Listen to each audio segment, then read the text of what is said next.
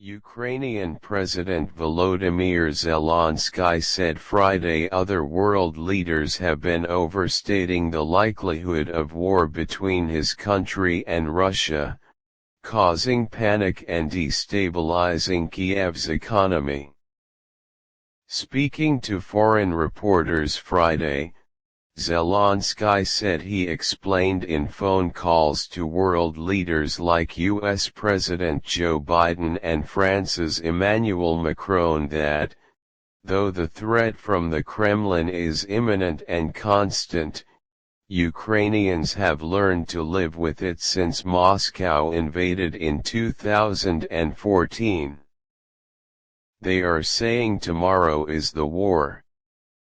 This means panic, Zelensky said. Russia has amassed tens of thousands of troops on its border with Ukraine, prompting fears that Russian President Vladimir Putin is planning an incursion.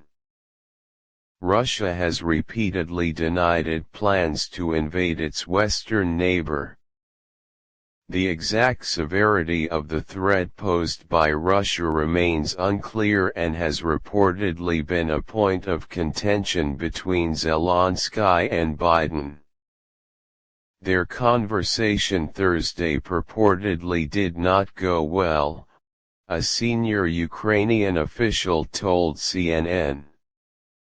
On the call, which the Ukrainian official described as long and frank, Biden was said to have warned that a Russian invasion was now virtually certain and imminent, while Zelensky restated his position that the threat from Russia remains dangerous but ambiguous. The White House disputed that account and said that anonymous sources were leaking falsehoods. A spokeswoman said Biden warned Zelensky that an invasion in February was what she called a distinct possibility. When asked about his conversation with Biden, Zelensky thanked the U.S. president for his support, but said the Russian troop buildup was not much more significant than what he had seen in the past. "I'm the president of Ukraine, I'm based here, and I think I know the details deeper than any other president," Zelensky said. "We don't have any misunderstandings with President Biden. I just deeply understand what is going on in my country just as he understands perfectly well what's going on in the United States. I'm not being critical of President Biden," Zelensky added. All sides appear to be holding out for a diplomatic solution, despite the disagreements.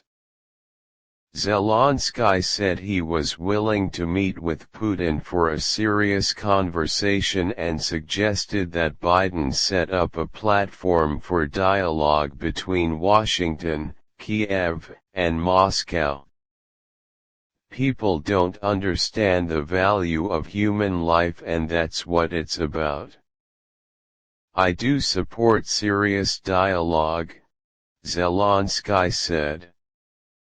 The ball, right now, appears to be in the Kremlin's court.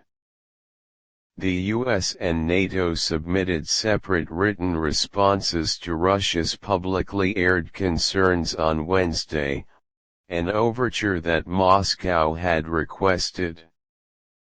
While the US did not disclose what was in the document, Secretary of State Antony Blinken said on Wednesday that it contained our own proposals for areas where we may be able to find common ground.